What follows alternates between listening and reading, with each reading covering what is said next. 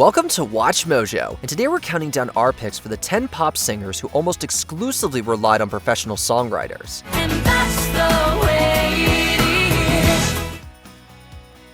is. Number 10, Britney Spears. Hit me, baby, one more time.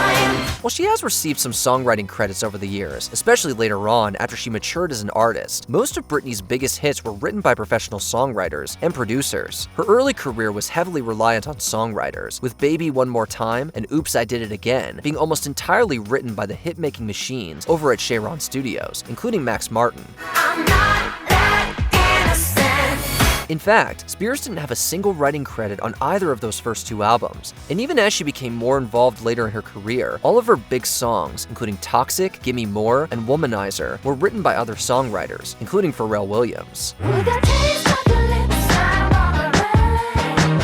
You're toxic, I'm slipping away. Number 9, Olivia Newton-John. Let's get physical, physical. I wanna get physical. Like many pop stars of her era, Olivia Newton-John often performed material selected or crafted by outside producers and songwriters. In fact, her sound was almost entirely molded by her longtime producer, John Farrar. He worked with Newton-John between 1971 and 1989 and is behind many of her big songs, including Physical and Magic.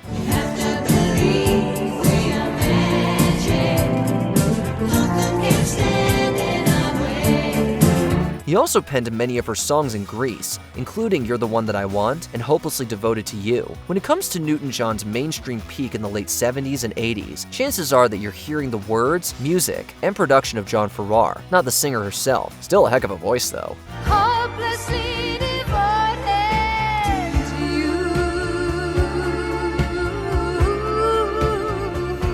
you. Number 8, Cher. Do you believe in life after love? Do you believe in Cher writing her own songs? Well, don't, because she doesn't. The goddess of pop has always been about style. Her bold fashion, the constant reinvention of her public image, her deep contralto voice. She does that. She leaves the writing up to the pros. If I could turn back time, if I could find a way. Cher barely wrote any of the songs throughout her decade-spanning career, with the vast majority of her biggest hits being written by others. For example, Believe was written and produced by a team of pop songwriters, although Cher supposedly altered some lyrics. And If I Can Turn Back Time was personally given to the singer by Diane Warren. Even when she was in Sonny and Cher, she left the songwriting up to Sonny Bono. Then put your little hand in mine. Number 7, Dionne Warwick. Ladies and gentlemen, Mr. Burt Bacharach and Mr. Elvis Costello. There's barely a music hall of fame that Dionne Warwick hasn't been inducted into. National R&B, rock and roll, Grammy, you name it. That's the power of a good singer and an unbelievable entertainer. Warwick's strength lies in her distinctive voice and incredible ability to convey complex emotions through the songs she performed, although she almost never wrote these songs herself.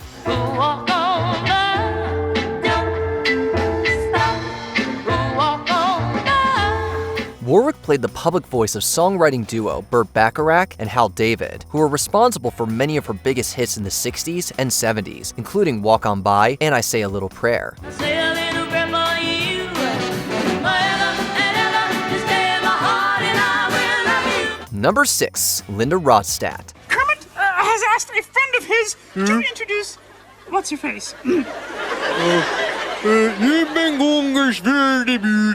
Linda Ronstadt, yay! The recipient of 11 Grammy Awards, Linda Ronstadt has always been candid about her lack of interest in songwriting. During an interview with Route magazine, she claimed, "It's almost impossible to write a great song, and I had people who were writing great songs around me." And well, that pretty much sums it up. I'm going back someday. Come with me. Instead, Ronstadt had a knack for choosing tunes that were written by incredibly talented songwriters, including Roy Orbison, Buddy Holly, Elvis Costello, and the Rolling Stones. You may have heard some of them. Regardless, her versatility across genres helped redefine what it meant to be a female pop artist, with Ronstadt finding hits in rock, country, Latin, and even opera. If you wanna know, she made you love your soul. That's where it is. Number 5, Diana Ross. As you know, Diana Ross is continuing her career as a single star. And now, in their last television appearance together, here's Diana and the Supremes singing their current #1 record, someday we'll be together. Berry Gordy, the founder of Motown, designed the label to function like a hit-making factory. Songwriters, producers, and performers were all specialists in their own areas, and Diana Ross, like many other Motown artists, was expected to focus solely on singing. As such, many of the Supremes' most legendary hits were written by a team of songwriters, most notably the famous trio of Holland, Dozier, Holland. All I wanna do, is cry, cry, cry.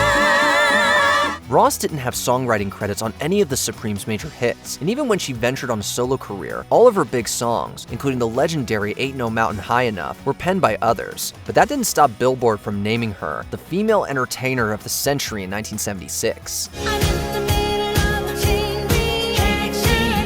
You give me all the after midnight action. Number 4, Whitney Houston.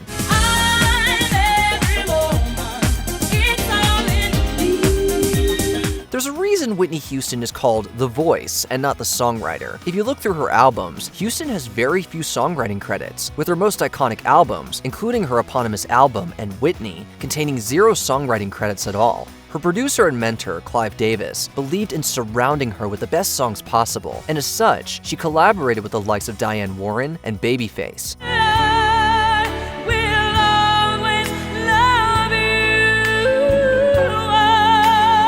And what is probably her most famous song, I Will Always Love You, is actually a cover, being written and originally recorded by Dolly Parton. It's about Parton leaving her business partner, Porter Wagoner, to pursue a solo career. Now, that didn't come across in the Houston version.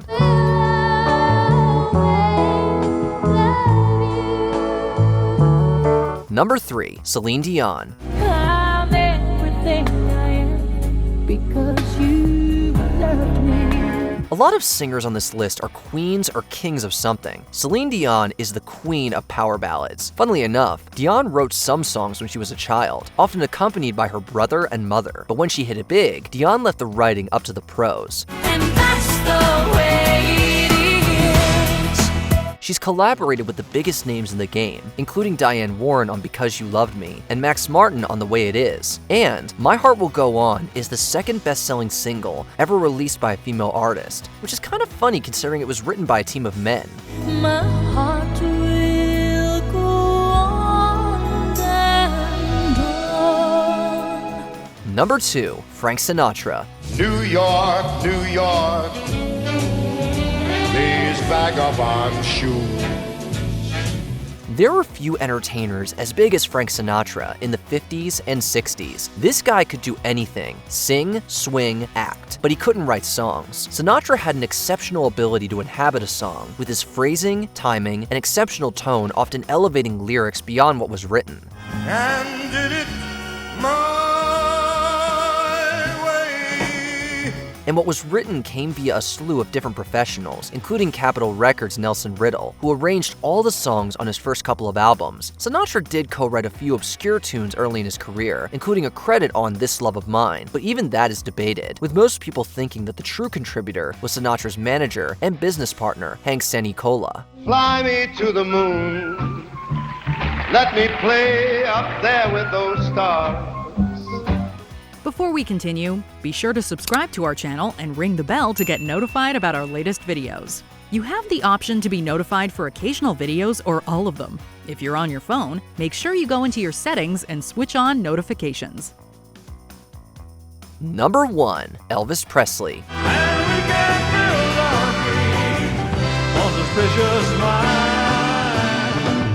The king of rock and roll, Elvis Presley transcended demographics and became the biggest star in the world throughout the 1950s. But out of the hundreds of songs that he recorded, Elvis received songwriting credit on only a select few. And even then, it was often for business or publishing reasons, not because he actually wrote the lyrics or music.